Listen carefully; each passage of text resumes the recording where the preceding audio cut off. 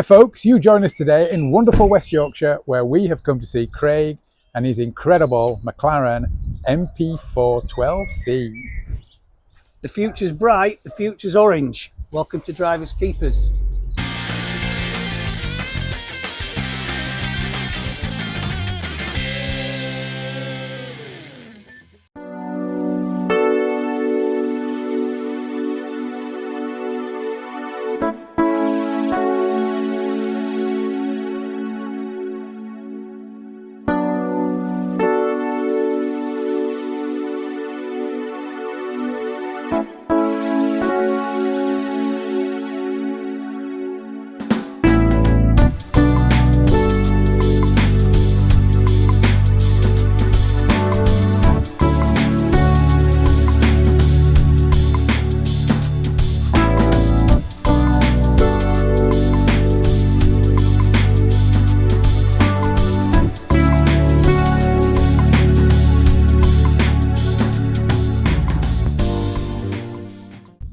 So, Craig, thanks for coming on Drivers Keepers, by the way. Thank you for having me. No, absolutely. I mean, I pulled up in the Murcielago, which is, of course, orange, and saw another orange McLaren, but what a stunning colour. It wasn't originally orange, though, was it? No, it was black when I bought it. It had been black from new, but it was looking its age. Yeah. And I don't like black cars. Yeah. So, how many miles have you done in it now? The car's done just over 52,000. I put, I think, just over 12,000 on it. Yeah. And it's been reliable as well, hasn't it? Yeah, I've had no real issues, just normal wear and tear. Yeah. Nothing spectacular has gone wrong with it. It's just usual bits and bats, brake pads, brake discs, etc. Just general stuff that you'd expect to go on a car with miles. Exactly. So why a McLaren then? What brought you? Because you used to have a Mustang. You've had all sorts, really, haven't you? Yeah, I've had a lot of different cars over the years. This isn't something I ever thought I'd get in, ever. It was always a dream. I sold my Mustang and I'd always wanted a Ferrari 360. Yeah. I sold the Mustang. I was able to afford one. I'd literally bought one the next day. I sold the the 360. I sold the Mustang, and the very next day I bought the 360. 360, yeah. I got them paid for the Mustang, so I got straight onto the phone about the Ferrari. Yeah. Went down to view it in Stoke, and I'd always wanted one. A dream car, I was school in the late 90s, and that was the car at the time, and I'd always wanted one. And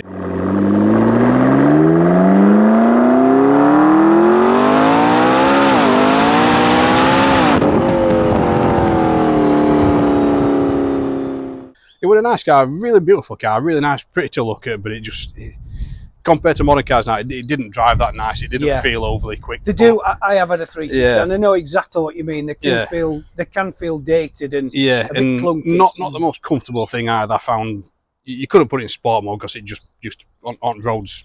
You hit a bump and it felt like your spine was going to come through the top of your head. It was it wasn't my favourite car, but to look at, I thought it was really good looking car. Yeah. But this came up for sale. This was advertised. I think it was down Reading Way. I'd only had the Ferrari for a few months. I saw this advertised, and I thought I'll inquire, just basically to see what they'd give me in part exchange for the Ferrari. They offered me what I'd paid for the Ferrari. Can't go wrong. Which meant I only had a small gap to pay out of my pocket to get into it. So it was something I never thought would happen, but I was able to get into this for relatively not a huge amount of money, really, for what I got.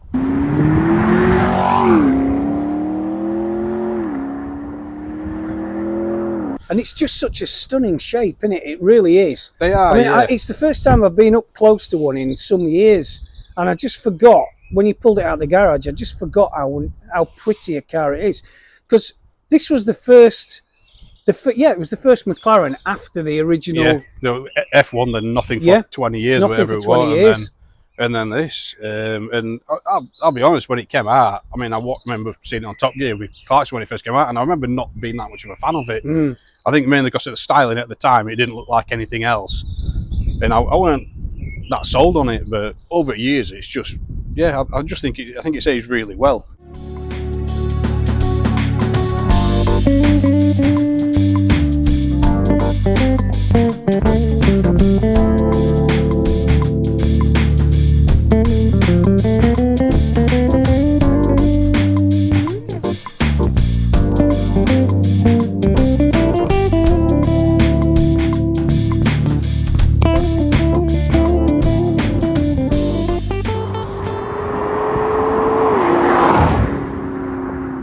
of the day, it's also got what, 600 brake horse, which is Yeah. going back to what, 2000 and when did they come out? Well, this is an early car. This is chassis 87, and this is a 2011 car. Sorry, I think yeah. there was some. I think some came out in late 2010ish. I think. I was thinking of the 650. Yeah.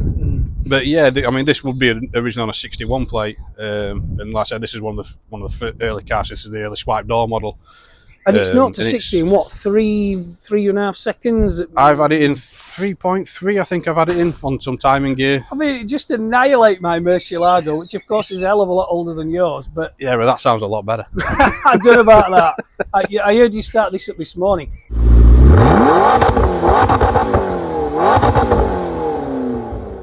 And actually, that's a good point, because you've done quite a lot of modifications to the exhaust on this, haven't you? Yeah, the back box that's on it, it came with an aftermarket one on it, which weren't very good. Yeah. So I cut it all up, redid it, and it now is on what it has on. And it's also the original cats were all breaking up, so they've gone, and it now has technically it has decat downpipes, but I've opened them up and I've actually fitted 200 cell cats into them.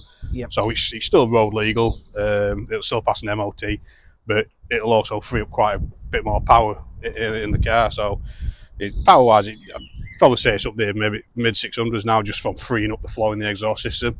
And the gear change is pretty fast, isn't it, on Yeah. these? Yeah, it is very quick. It's especially compared to the 360 I had, because you used to pull the paddle on that, and you used to have to wait for it to change. You did. Then you get a kick up backside as it changed, and you went again. But So tell us a bit, Craig. Where do you use it? I mean, is it a weekend car? Do you take it out a lot? lately it's not used as much because I've had a second little person come along. Yeah. But before I used to use it for everything really. Well, I had my van for my work side of things, and I used this for pretty much everything else when it was just me and one daughter. Yeah. So I'd use it to go to shopping. I'd drop her at school in it. I'd go to shopping at Asda in it. I'd just use it for everything really. That's how it got used a lot. But So as an everyday car, then, do you think it's feasible? yeah, I mean, depending on what your class is every day. I mean, it's comfortable to drive. The suspension on it's great. It rides better than, I mean, well, anything rides better than a van, but it rides better than most normal cars I've been in, to be honest. It is very supple on the suspension side of it, so you can use it. I mean, the only kind Is of... it adjustable from the inside, the suspension? Or? Yeah, you can adjust the hardest. You can adjust the handling side of it, so you have three different settings. You just have basically normal, sport and track. If you put it on track, it turns your traction control and everything off as well, so... But it gets a bit too harsh. When I've been out, I always play about in a marathon drive house. Depending what kind of roads we're on, I'll play around with suspension settings. Normally, because you have two options. You have one for powertrain, one for suspension. So I'll play about with it sometimes. If we're on like smoother road, you can play around. But when it's a bit rough, it's just easy to leave in comfort, and it just soaks up a lot of the road then, and you're not getting bucked around. Because it doesn't look as though it's done. Sorry, just remind me again. It's done 50. Just over 52,000. 52,000 miles, but it looks spot on for that sort of mileage anyway. Yeah, it's worn its marks quite well, but it has had a complete respray only a year ago. You said, yeah. The paintwork before, it was nothing horrendous. It was just typical McLaren that suffer with bit of corrosion on the front wing, on the bonnet, that kind of thing. So we took care of all of that and basically just repainted the entire car. The one thing I noticed though when I pulled up is the wheels. Just tell me, Simon, do you want to just come round here a bit and we'll just have a look at the wheels? Because these are epic. I think they just set the car off so well. Just tell us a bit about them, because they're obviously not originals. No, they're not originals. I ended up changing them. The originals that were on the car, the fronts were buckled, the rears were buckled. I bought another set. They were all buckled.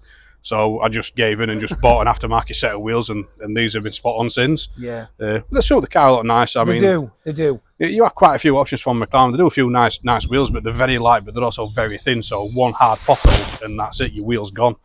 But these have been great. No, that's great. That's great. No, that's given us a really good overview of the car itself. So let's get in it and go for a drive. Yeah. We're looking forward to this, Craig, because I realised last night when I was just thinking about today,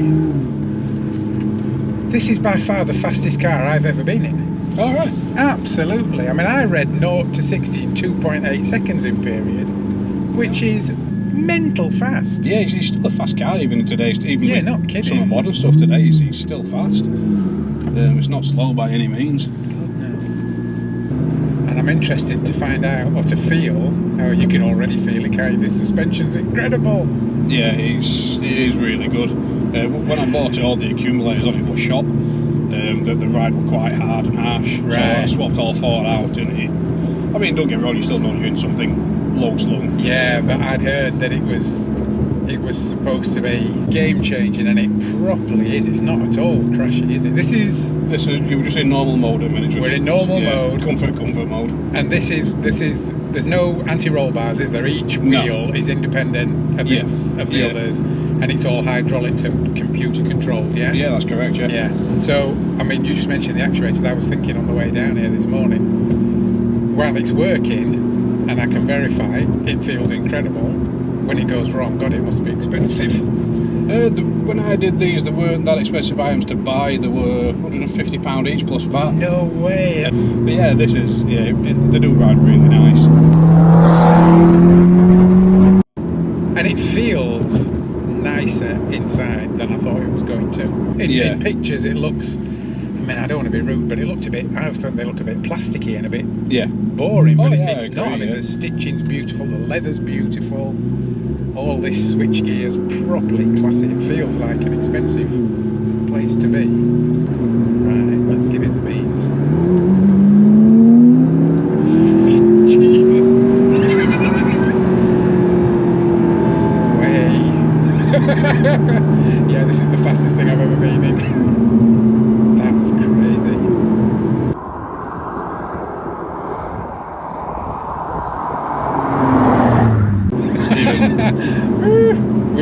we might go around the roundabout and just do that again, I think. Jeez. That's that thing where you see people on YouTube videos normally, and they go, right, we're gonna go fast, and they put their foot down and they do that, and you think, don't fake that it's pushing you back in your seat, mate, because I can tell you, but that was real. That was a proper, took my breath away, that. Oh, there it is. Woo. That's some little some little turbo chit chat then as well. Yeah, you can hear them spooling up nice as well. Yeah, nice. That's addictive, isn't it? Do you ever get used to that, or do you still? I still love it. Still catch you? Yeah, but does the speed still catch you out? Or yeah, when I had driven it for a while, I mean, I had this out about a week and a half ago for the first time in about 2 months, to be honest.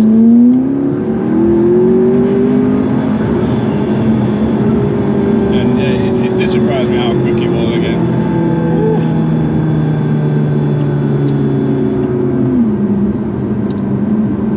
That's enough of that. Or not. And for value for money. Oh, yeah, I was again looking on Auto Trader. 60-70 grand get you into one. Yeah. Which I mean, I know it's still a lot of money, but this is a lot of car for that kind of cash.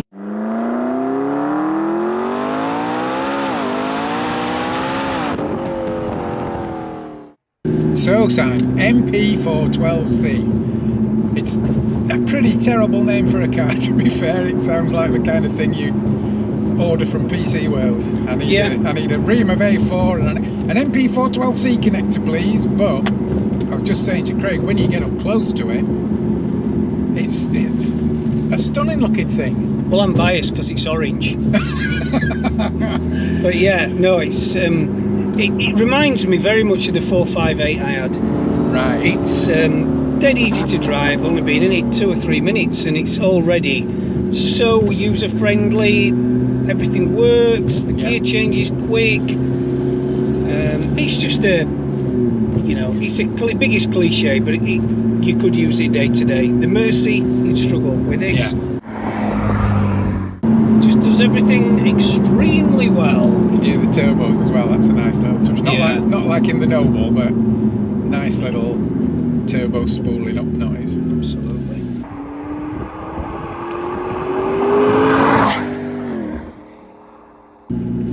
All these dials and everything feel they're really well weighted and damped. They're beautiful to use. It feels classy and expensive, doesn't it? It does, and when you consider how many miles it's done, well over 50,000, it's still really tight, really taut, no rattles, no shakes or anything.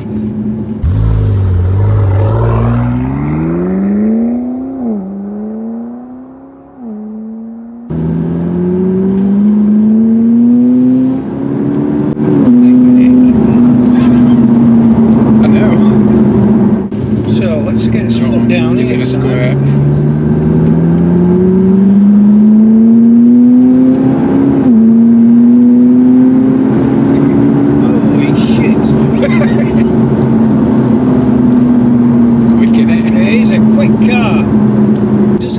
So well, it really does. Steering, brakes, it's just a pleasure. And it's a pretty thing as well. It is pretty. I was saying it looks better in the flesh than it does in pictures. Oh, certainly, yeah. I've always thought in magazines it's not that much of a good looking car, but when you stood next to it, it takes your breath away. So what criticisms would you have of it, if you could ever find any? I think the only thing that I would say, and it's not specific to this car, is I need a car with a manual box. I don't want paddle shift. Yeah. I think this paddle shift's excellent. It feels better than the paddle shift in the 458. It feels, especially on this slow stuff, I was amazed how clunky the 458 was and how it didn't seem to know what gear to choose. And this is properly seamless. But with that, for me, comes a little bit of, it's a bit dull. Yeah. But that isn't a McLaren thing. That's, for me, that's just it's just the way it is. Watch this. That's just a DCT thing. I just prefer a manual. Other than that, what a car. What a car. Right, well, you can launch me whenever you feel it's safe to do so. So we're going launch.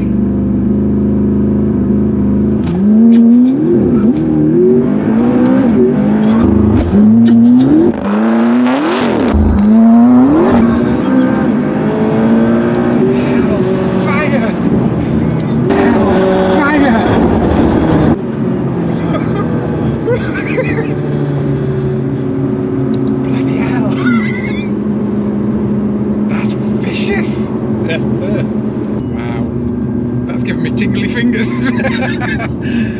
What a thing. So there you go, another episode of Drivers Keepers, and what a cracker. Hope you enjoyed it, and thank you very much for watching. Like, subscribe, and we will see you very soon for another episode. Cheers.